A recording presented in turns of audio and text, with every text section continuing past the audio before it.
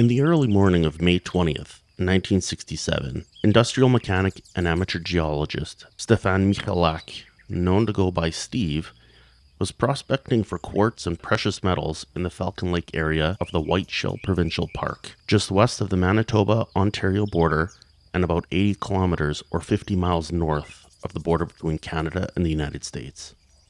While picking at a quartz vein, he noticed a strange glow in the sky. He saw two oval-shaped objects glowing an intense red or scarlet color. Keeping the same parallel distance between them, as if they were actually attached, these two objects dropped from the sky. Suddenly, one of the oval objects stopped and hovered, while the other object kept sailing towards the ground, eventually landing close by where Steve was working. As silently as they came, the hovering object ascended and disappeared in the sky.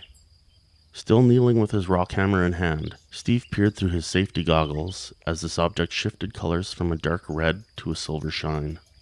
He noticed a diamond-shaped opening in the side of the craft that he estimated was about 2 feet wide and 3 feet high. The air was heavy with a sulfurous odor as the craft wafted waves of warm air in his direction. There was a faint sound of what Steve described as an electric motor whirring and occasional hisses of air in an otherwise silent, forested area. Steve scanned the seamless skin of the craft, looking for any sort of identifying insignia, but he found none. He described the craft as being cigarette-shaped things with humps in the middle, 10.5 meters or 34 feet in length, and 4.5 meters, 15 feet in height.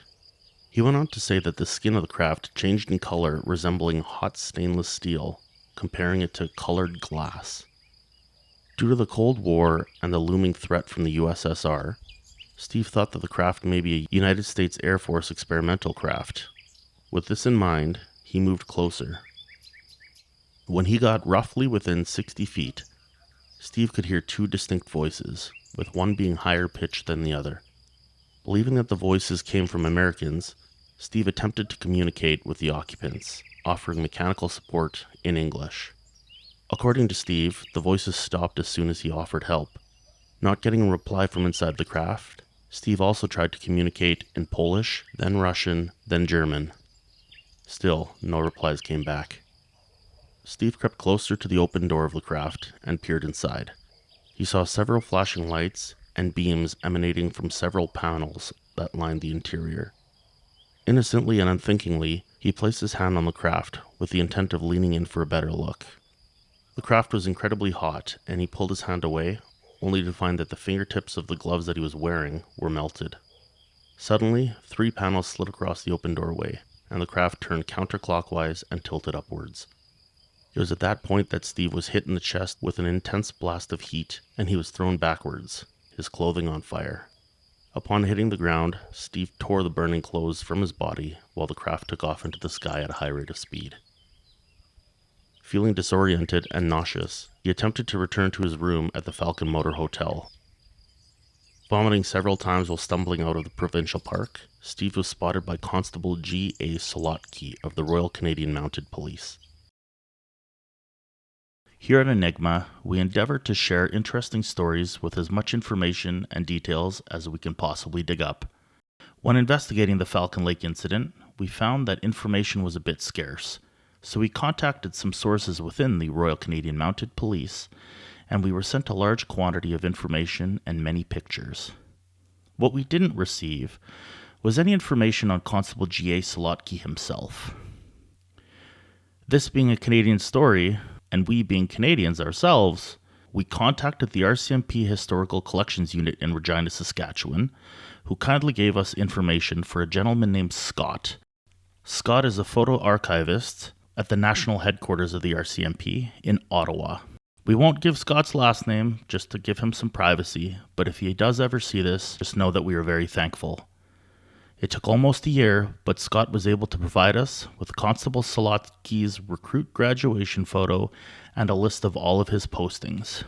Constable Gary Alexander Solotki started with the RCMP on the 7th of April 1964, doing his recruit training in Ottawa, Ontario. After his graduation, he would go on to several different places throughout the years and find himself in Falcon Beach on the 1st of April 1967. While he would only be in Falcon Beach for just over 8 months, Constable Solotki would go on to lead a very fulfilling career, retiring on April 28, 1980, in the municipality of Swan River. Believing that Steve's stumbling was due to alcohol intoxication, the constable confronted Steve and noticed that there was no smell of alcohol at all. Constable Solotki offered to take Steve to get medical help a short distance away at Falcon Beach, but Steve declined the offer and was driven to the motel instead. According to archived RCMP documents, both the Army and Air Force were quick to respond to the area. Still feeling ill, Steve called his wife and explained the details of what happened. He told her he would be returning to Winnipeg, 144 kilometers or 89.5 miles away, via Greyhound bus. Upon returning home, he sought medical attention at the former Misericordia Emergency Hospital. Steve had burn marks on his chest that were clearly visible and made a grid-like pattern of raised sores. While in the hospital, he would suffer from severe headaches, blackouts, and rapid weight loss. His condition worsened to the point that he needed to seek help from the Mayo Clinic and its physicians. It was determined that he was sound of mind and that his condition was consistent with radiation poisoning. Although his lymphocyte count had fallen to near fatal levels, radiation tests showed levels of 0. Eventually, Steve's health would partially return. He would suffer from intermittent reappearances of the grid-like burns, but would go on to live a further 32.5 years, passing away on October 28, 1999. After his encounter, he was reported to have shied away from interviews and was weary of the media, eventually breaking off contact with the outside world. Steve Michalak is reported to have died, still believing that the craft was an experimental one from the United States Air Force. This case is considered to be one of the most credible and well-documented cases in Canadian history, having been investigated by the Royal Canadian Mounted Police, the Canadian Department of Health, the Canadian Department of National Defence, and the Royal Canadian Air Force, as well as the Aerial Phenomena Research Organization, known as APRO, and the United States Air Force as part of the Condon Committee, a study of unidentified flying object reports.